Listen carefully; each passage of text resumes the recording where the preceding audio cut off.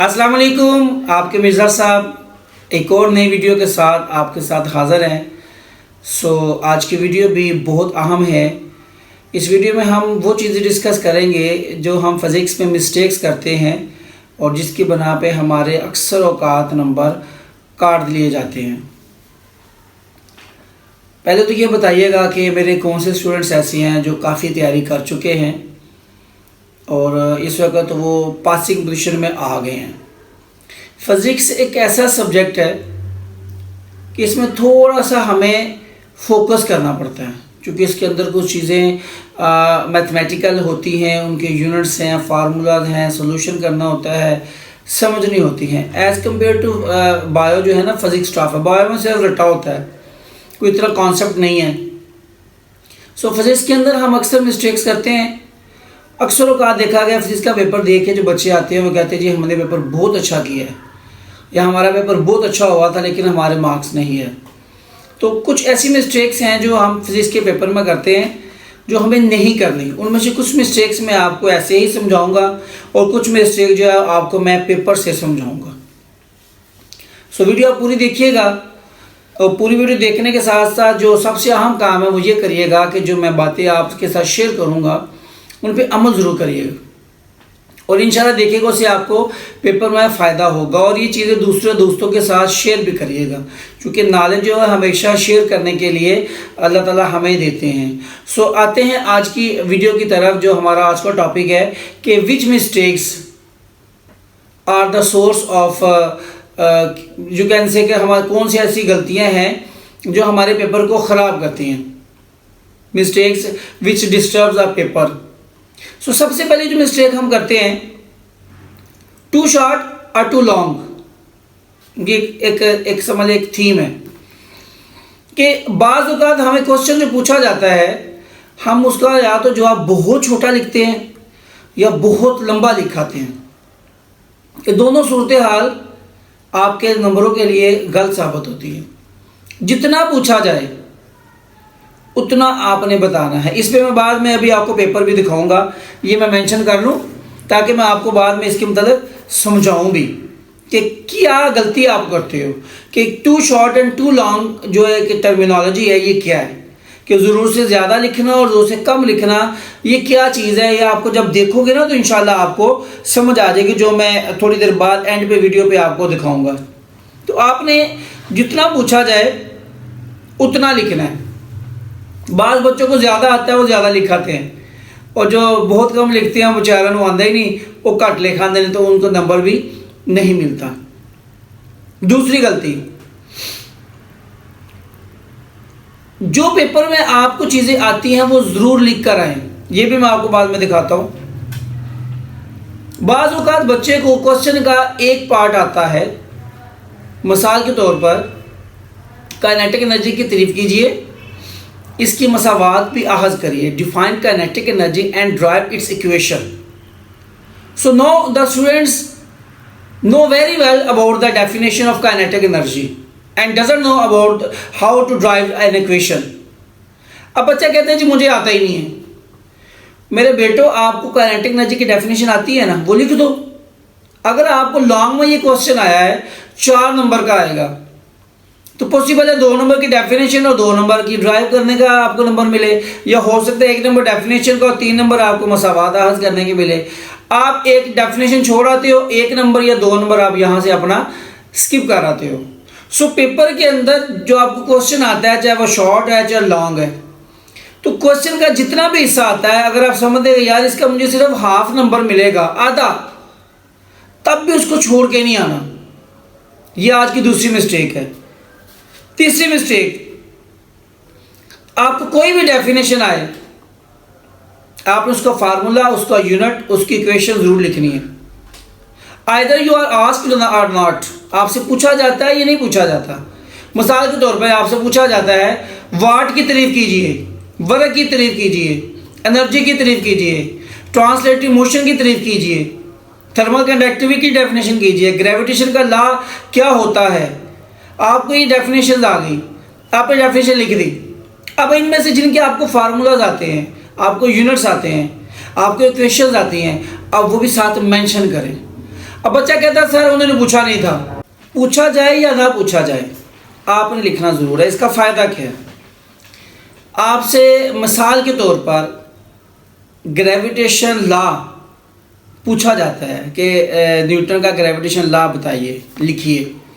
आप लिख देते हैं कि कायनात की हर चीज़ दूसरे ज़र्रा दूसरे ज़र्रे को अपनी तरफ एक फोर्स से खींचता है which is directly proportional to the mass of the earth. जो मुझे एग्जैक्टली याद नहीं है, सॉरी, कि जिसका जो है वो ज़मीन के मास के, आप डेफिनेशन लिख देते हो, उसमें कुछ अल्फाज आप गलत कर देते हो, लेकिन साथ उसके साथ उसकी इक्वेशन भी लिखते हो जो कि बिल्कुल एक्यूरेट होती है। अब जब पेपर चेक करने वाला वो देखेगा कि बच्चे ने डेफिनेशन लिखी है, इसमें कुछ अल्फाज सही नहीं है, कुछ थोड़ी सी गड़बड़ है, जबकि इसने इसका इक्वेशन है वो बिल्कुल एग्जैक्ट लिखी है। क्योंकि जो डेफिनेशन है ना वो एक्यूरेसी डिमांड करती है, बिल्कुल एग्जैक्ट होनी चाहिए, उसमें किसी किस्म की कोई वर्ड के गलत या थोड़ा सा ख़राब होने की इजाज़त नहीं है। जब आपके साथ फार्मूला दिया होगा ना तो पेपर चेक करने वाला सोचता है कि यार इस बच्चे की डेफिनेशन सही नहीं है थोड़ी सी, बट इसने इसकी इक्वेशन और इसका फार्मूला बड़ा एग्जैक्ट लिखा है। इट मीन्स के he knows about the exact law, जिन लॉ के मतलब जानता है, लेकिन इसके पास अल्फाज नहीं थे या अल्फाज को प्रॉपर तरीके से जोड़ नहीं सका, लिहाजा इसकी डेफिनेशन में थोड़ी सी कोताही को इग्नोर किया जाए और इसे पूरे 2 नंबर दिए जाए। किसी भी सब्जेक्ट में जब भी कोई डेफिनेशन आपको आए तो उसके साथ जो उसका फार्मूला इक्वेशन वगैरह हो तो वो ज़रूर लिखें, ताकि आपकी जो डेफिनेशन के अंदर छोटी मोटी माइनर मिस्टेक्स है उसको इग्नोर किया जा सके। उसके बाद आ जाती है अगली मिस्टेक, न्यूमेरिकल्स। जो आप न्यूमेरिकल करते हो, बाज़ अगर बच्चे को न्यूमेरिकल नहीं आता, उसको सॉल्व करना नहीं आता, लेकिन उसको इतना पता है कि ये न्यूमेरिकल के अंदर फार्मूला कौन सा लगेगा। बाद दफ़ा वैल्यू दी गई होती है मीटर में, उसको बदलना होता है सेंटीमीटर में। बाद दफ़ा वैल्यू दी गई होती है मीटर में, उसको बदलना होता है किलोमीटर में। बाज़ औक़ात वैल्यूज़ दी जाती हैं आपको आवर्स में, घंटों में, और आपने उनको मिनट्स में बदलना होता है। तो आप ये सोल्यूशन तो करो ना यार कि एक जिस्म जो है वो किलोमीटर 20 किलोमीटर फी घंटा की रफ्तार से सफ़र कर रहा है, एक गाड़ी 20 किलोमीटर फी घंटा की रफ्तार से चल रही है, हमने उसको मीटर पर सेकेंड में बदलना है।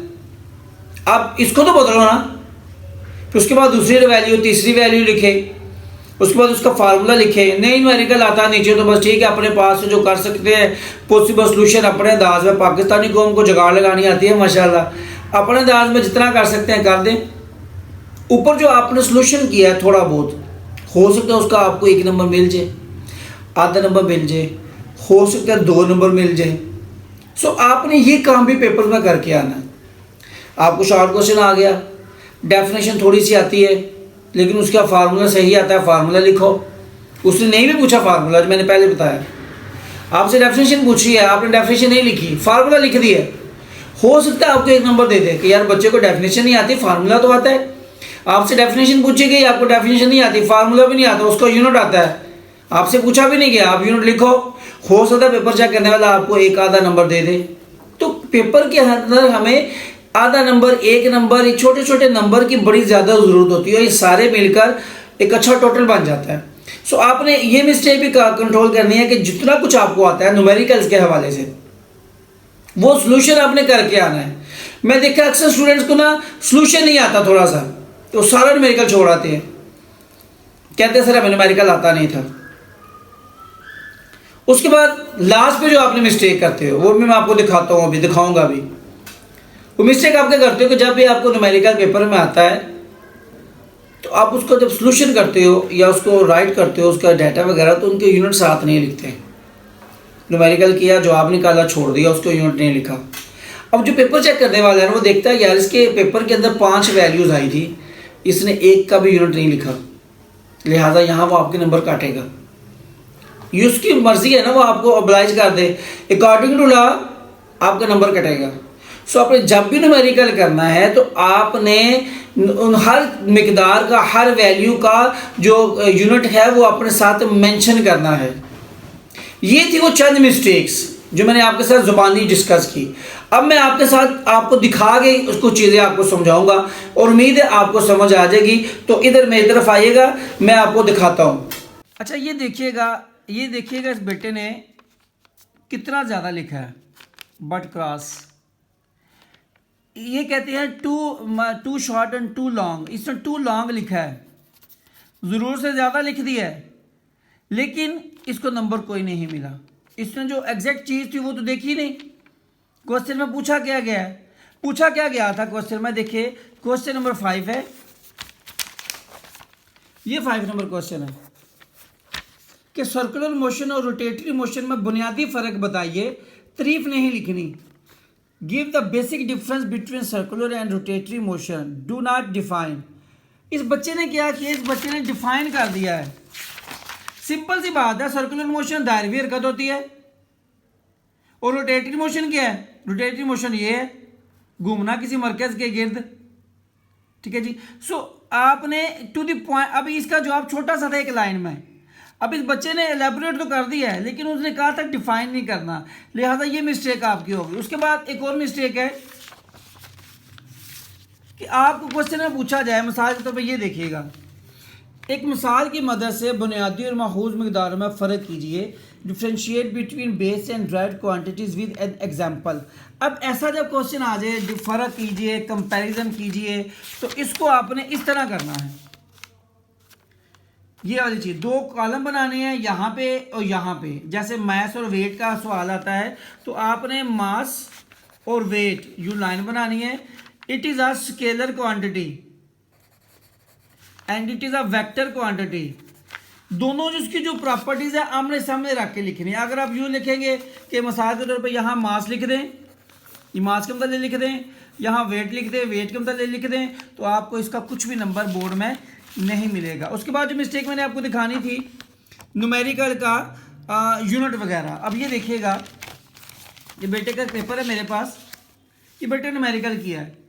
अब देखिएगा फोर्स है, फोर्स का यूनिट लगाया मीटर पर सेकंड स्क्वायर, आगे किलोग्राम, आगे फोर्स को उसने mg से निकाला। मास का यूनिट क्या है, किलोग्राम, और ग्रेविटेशन का यूनिट क्या है, मीटर पर सेकंड स्क्वायर। जब इस चीज़ को उसने फोर्स से बदला तो ये दोनों चीज़ें kilogram metre per second square is equal to newton, यहाँ आके उसने न्यूटन लिख दिया। उसके बाद उसने जब इसका फार्मूला अप्लाई किया तो उसने देखिएगा इसके साथ न्यूटन लिखा, इसके साथ मीटर लिखा, न्यूटन मीटर बन गया। जब न्यूटन मीटर नीचे आया तो उसने आके देखिएगा पावर का फार्मूला लगाया, तो watt over power, work over power, तो वर्क उसका था 1200 न्यूटन मीटर, सो नीचे आ गया 10 सेकंड। उसका इसको निकाल के उसने निकाल दिया 1200 वाट। यानी कि हर चीज़ का जो यूनिट है, इसी तरह यहाँ भी देखिएगा वक़्त का यूनिट, ग्रेविटेशन का यूनिट, सारा करने के बाद उसने अपने आप को कंपोज किया, यूनिट के साथ लिखा। उसके बाद न्यूमेरिकल का डाटा ये देखिएगा,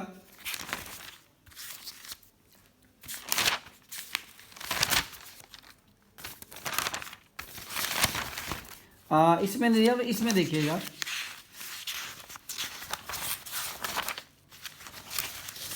हाँ ये देखिएगा। अब इस बेटे ने गिवन डाटा किया है लेकिन इसे सॉल्यूशन नहीं किया, सीधा जो क्वेश्चन में दिया था वो सेम टू सेम लिखा है। ऐसी सूरत हाल में कोई नंबर भी आपको नहीं मिलेगा। सो एक और लास्ट क्वेश्चन मैं आपको बताता चलूँ एमसीक्यूज़ के मतलब, मुझे याद आ गया कि एमसीक्यूज़ के अगर आपको जवाब नहीं आता तो याद रखिएगा कि आप कोई भी जब एमसीक्यूज़ आए तो सबसे पहले आपने वो ऑप्शन स्किप करने हैं जो उसका आंसर नहीं हो सकता। मिसाल के तौर पर अभी देखिएगा, ये किसी मटेरियल को दो सतहों के दरमियान रखने से फ्रिक्शन कम हो जाती है, which is use between two surfaces to less friction. अब पानी तो हो नहीं सकता, हवा भी नहीं हो सकती। अब दो ही चीज़ें बचती हैं, फाइन मार्बल पाउडर या ऑयल। अब बी और डी ये दो ऑप्शन आपके पास आ गया। अब इसमें थोड़ा सा कंपैरिजन कर ले, ठीक है जी। ये एक मिसाल ही काफ़ी है आपके लिए, ठीक है जी। तो कोई भी एमसीक्यूज करने से पहले आपने जो ऑप्शन नहीं हो सकते ना उनको स्किप करना है, तो इंशाल्लाह ताला आपके ये मिस्टेक्स नहीं होंगे और आगे पेपर में फिजिक्स में पूरे 60 नंबर आ जाएंगे। बाकी अल्लाह ताला आपको हर लिहाज से अपनी रहमत में महफूज फरमाए। अल्लाह ताला हम सब का हामी नासिर हो। अस्सलामु अलैकुम।